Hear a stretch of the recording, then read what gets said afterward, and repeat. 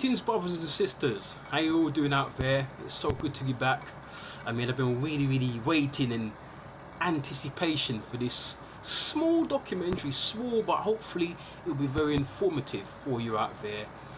We're here to talk about the late great King Tubby, the dub master. We're going to talk a little bit about how he became the dub master and his importance to reggae music from that time, and of course the evolution of reggae music. Now we call it dancehall, bashment and so on, and how he went on to influence other genres of music like club music, house music and drum and bass and jungle and etc. You know, if this is your first time watching this video, don't forget to subscribe please to our channel, our YouTube channel, and we'll remind you throughout the video as well. Please like our videos, you know, and subscribe, like and share videos, and you know, you can click on the bell. If you click on the bell, you can go to the bit where it says all, and you can get all of our notifications. So whenever we upload a video, you click on the bell and you go to all. It should notify you whenever we upload a video. So, I mean, here we are. It's just an honor. But you know, King Tubby was born in 1941 in Kingston. And he really got into music from as far back as his late teens. He was always very keen about the local sound system scene in Jamaica. You had, of course, people like Tom the Great Sebastian, Drew Creed the Trojan, Coxsong the Downbeat, and various other sound systems, which were mostly Kingston-based sound systems, but they had the flexibility to actually tour around the island. I remember my father telling me many years ago about the fact that many sound systems, even though they originated in Kingston, will go around the island, would tour around the island to various other parishes in Jamaica. And, you know, for the ones who couldn't reach Kingston, they'll go there to their actual hometowns for them to listen to the sound and so on. And also, they also went to various other Caribbean islands as well with their sound. Not all of them, but some of them did, because this new sound system was really catching on. This really started in the 1940s.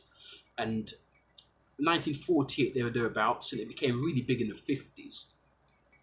And we're going to do a documentary very soon as well about sound system. But King Tubby had a sound system in the 1960s, and he called his ones King Tubby's Hi-Fi. And of course, there he built a sound, and he had a great U-Roy, the DJ master, and the DJ godfather to actually become his number one sound man, his number one mic man.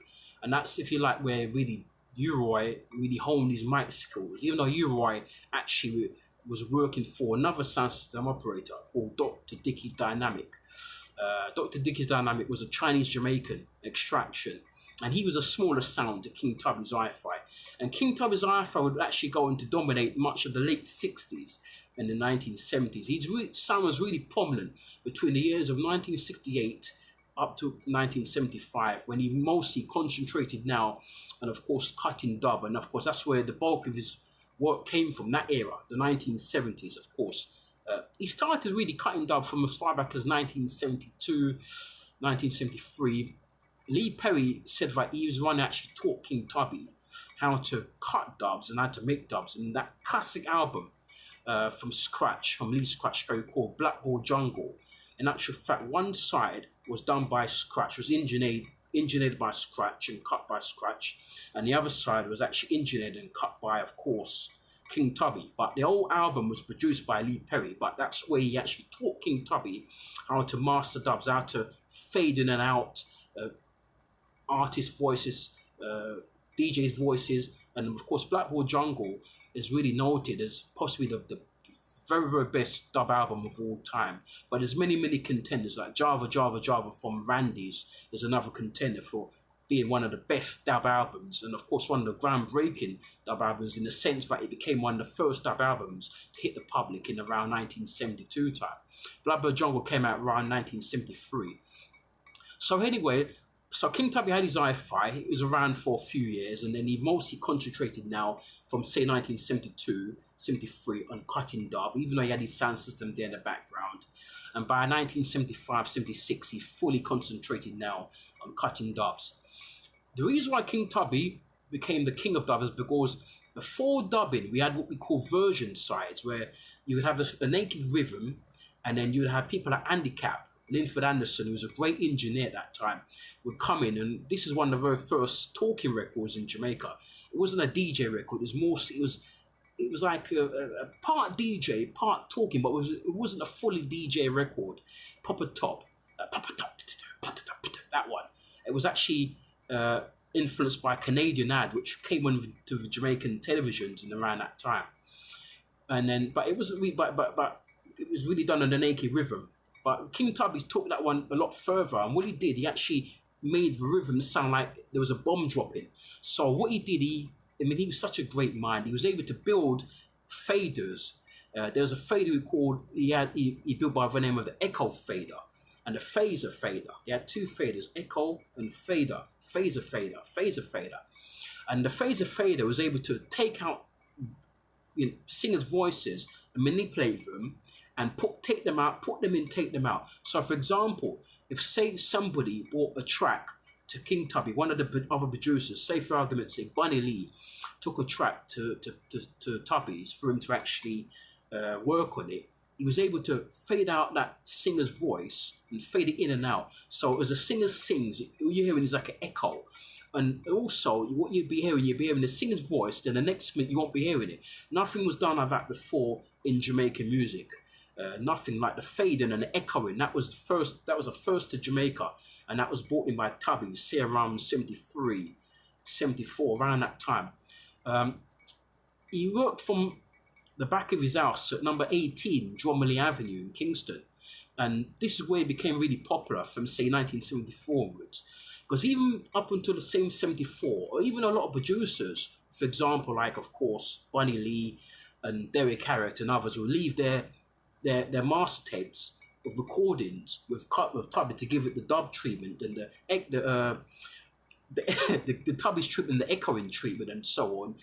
His name didn't really appear on none of these recordings until 1974, when a song by Larry Marshall called I Admire You, and on the B-side it was called Watergate Rock.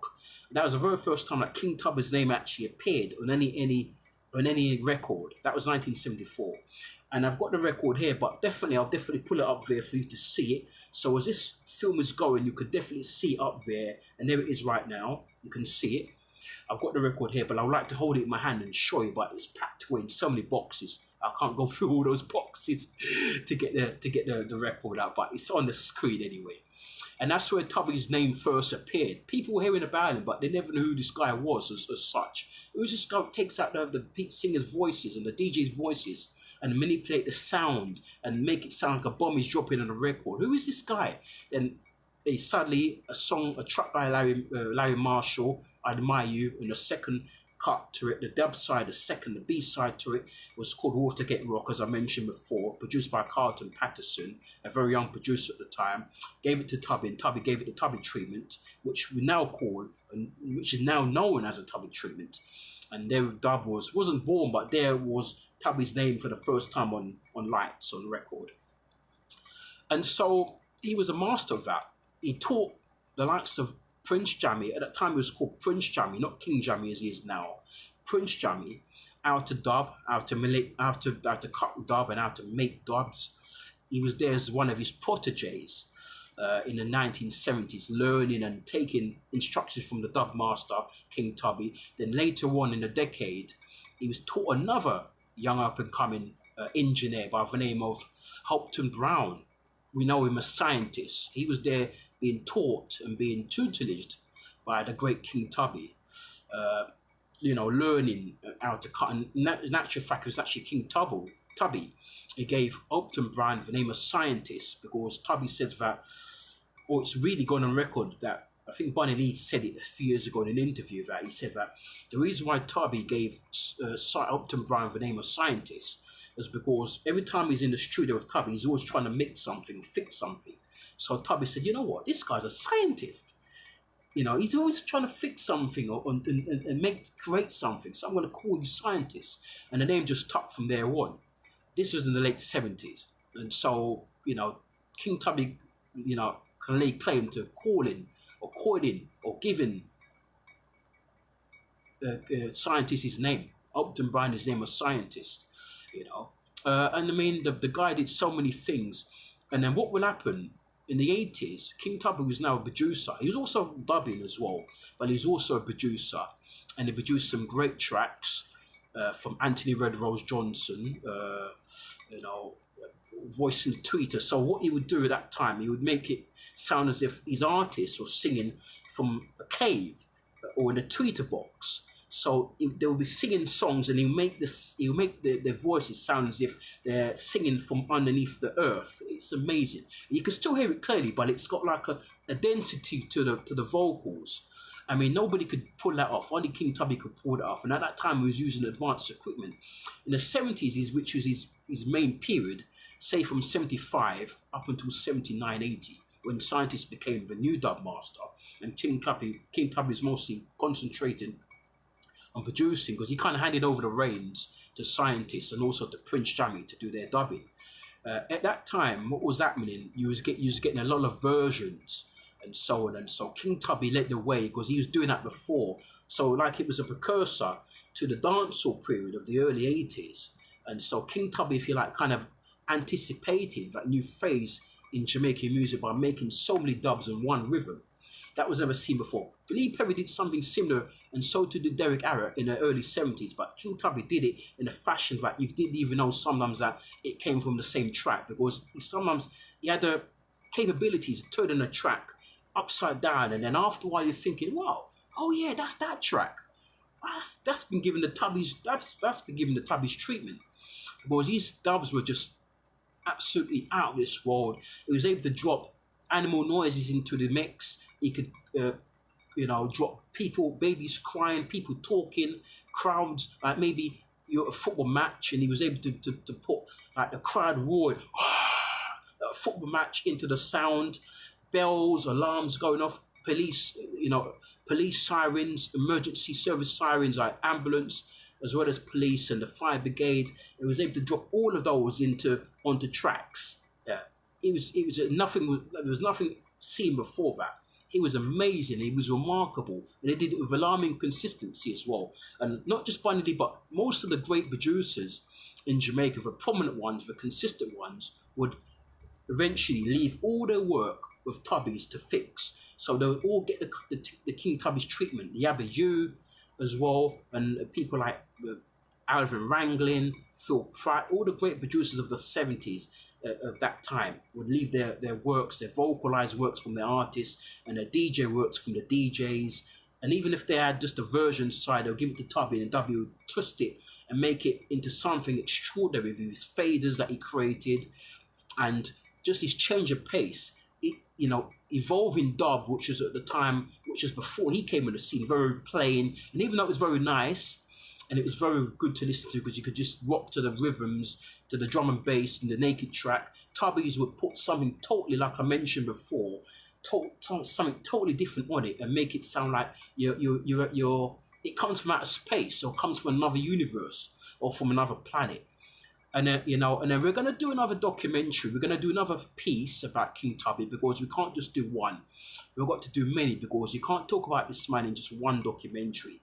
We've got to spread it out and give it other phases and other elements to him.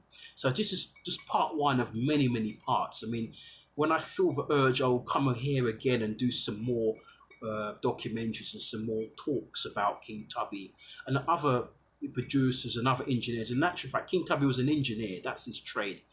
And then eventually what would happen as time wore on, when dub music became popular in the UK in the 80s, people like Adrian Sherwood and Chris Lane at Fashion Records would take it up and bring it over here, make it popular over here. Of course, the rise of Bob Marley and the rise of reggae music, which became popular with the Jamaican and the Caribbean communities over here in the UK and even in America as well, made it worldwide. And so jungle music came from dub music, and drum and bass, house, techno music, all of that came from King Tubby's work with the dub music from the 70s. So the dub music from the 70s inspired many other genres, as I said, like acid,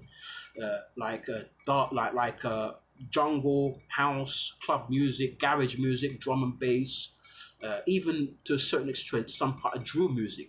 You can hear some of the drill music, and dubstep music. Of course, it's been shared. The name has been kind of coined earthly. So they've used some of the name of dub to call it dubstep. So obviously dubstep has been inspired by dub music, and of course King Tubby, being the master of dub and the dub master, of course has a big say in that. So the modern music we're hearing now comes from dub because of the energy of it, the sound of it, the creativity of it, conjuring up so many different sounds, that type of sound. And even in the mid-70s, when the flying cymbal sound was prominent, like the that was a flying cymbal sound, mostly coming from Bunny Lee's Aggravators band, but other producers on the island had that vibe. Even Coxsone with Studio One, when Studio One kind of like past their prime, Coxsone went back and remained in the studio, and he got his musicians to replicate what was going on at that time. So the flying cymbal sound, 75, was popular, and then King Tubby was really the guy who made the flying cymbals more prominent, because when Bunny Lee and the Aggravators they created the flying cymbal sound in 74, 75. When Bunny Lee left these tapes with King Tubby, number 18 Drumley Anime, where King Tubby was based, King Tubby would make the flying cymbal sound wild. Like the flying cymbal sounds, as I just demonstrated, Tubby's made it sound like whoosh, it's extraordinary. I mean, I'm just giving you some examples, I'm really here, but you've got to really, go into YouTube or go into shops and buy King Tubby's stuff and actually listen to it for yourself, and then you really get the full dosage of what is being explained here today. So yes, so he's saying, unfortunately, on February? It's actually funny. I think it was February the 6th of 1989, the same day was Bob Marley's birthday. I think that was Bob Marley's 44th birthday. It would have been Bob Marley's 45th birthday. He was shot outside the front of his house. And then I'm led to believe, even to this day, nobody was charged for his murder. I'm sure somebody out there knows who was charged for it. He just got shot. Somebody out there knows who killed him, who murdered him. But up to now, the killers haven't really been brought to justice. And he died at a young age. He was only 40. I think he was only about 48 when he got murdered. 48, very young age, and he's still in his prime. And at that time when he got shot, he was producing records and he was still working.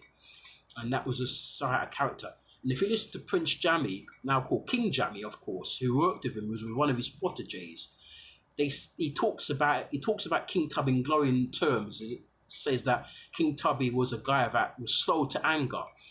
If you had a problem with you, he'd be upset with you for maybe 5 minutes. Then after a while, he'd just forget all about that and just become loving with you, just become your friend again, your brother again. He was like that. He didn't really bear any grudges. He didn't really hold any grudges with anybody. He was such a peaceful man, And then he paid artists. He gave a lot of artists their break. He produced Augustus Pablo, one of the best dub albums, King Tubby Meets Rockers Uptown, produced by Augustus Pablo, the great harmonica player, the great Augustus Pablo. But King Tubby engineered the album. A lot of the vocals on there you hear from Jacob Miller, of course. And so you can hear that. And then you can hear Jacob Miller's voice going in and out. And at that time it was sensational. The echoing, the reverb, that's another thing he brought to the game, reverb. But I believe Scratch taught him that, because Scratch was using reverb from a long time ago, from before Tubby was really popular. But Tubby quite possibly picked it up from Scratch. I don't think Tubby gave it to Scratch. I think Scratch came with that. But I think when Tubby left Scratch, Tubby started doing his own things, started to create his own faders and his own echo units and so on. And I believe when he created his own thing, even though initially was inspired by Scratch Perry, I believe he done it all on his own. He just came to him because he was just such a natural thinker. And not forget, he also had his own sound system. But when he had Uroy as his number one mic man. So he's building speaker boxes, he was building amplifiers when he had King Tubby's hi-fi sound system. So he would have probably anticipated the next phase of his career. Okay then, I've got the sound system now, King Tubby's hi-fi, but down the line, I'm going to maybe come up with some faders, I'm going to come up with some different sounds, some different echoing, as I want the music to sound. And then, of course, two minds coming together, two geniuses come together in Lee Scratch Perry and King Tubby is a marriage made in heaven. Because iron sharpening iron, because Scratch has got his own off the cuff ideas, and so does Tubby. And so when those two come together, you get Blood Bowl Jungle, like he did in 1973, possibly the best dub album ever made. To this day, that was what, nearly 40 years ago, 49, nearly 50 years ago, sorry, 49 years ago. And they say no other dub album could touch it. Even though King Tubby's meets Rockers Uptown comes close, but they reckon Blood Bowl Jungle is the #1. Then possibly followed by another Tubby's work, even though I didn't produce the album, but he engineered on it, which is King Tubby meets Rockers Uptown, of course produced by the great Augustus Pablo. And so there you have it. And that's why King Tubby is the dub master, because he created new sounds, new energies in the music. He worked with virtually all the prominent producers. He worked with all the prominent artists. I don't think there's an artist and a singer or a DJ and an instrumentalist musician in Jamaica at that time from say 72 up until 80, 81 who never worked, or his voice didn't get dubbed out or dubbed in or echoed out or echoed in by the great dub master King Tubby. So there you have it, my brothers and sisters. Again, don't forget to subscribe to our channel. If you want content like this, let me know. Don't forget to leave your comments down below. Comment about what King Tubby meant to you. What was your first Tubby record? What's your best Tubby's record? Have you ever met King Tubby? And so on. You know, leave your comments down below and show some appreciation. Don't forget to subscribe to our channel for more content like this. We're going to be talking about Bunny Wailer very soon, about Robbie Shakespeare very soon, the Mighty Diamonds as well. Then King Tubby later on down in the year, we're going to do another follow-up documentary to this. We've got so many documentaries coming, and we're going to be doing a trailer very soon as well for this channel. So please look out for that one. Subscribe, like our videos, share them please if you can as well. And there's a lot of things coming. We're going to also be working on our channel, or the channel art. So you're going to notice some gradual changes as time goes on, some new graphics and some new features for the channel. So brothers and sisters, love you all very, very much. Stay at this channel and spread the word that Chrissy B. Motep is here. Once again, you bless up your souls. Adios, Alva, Auda Virtue, Salah, Hotep, Sila. Blessed love. Peace out.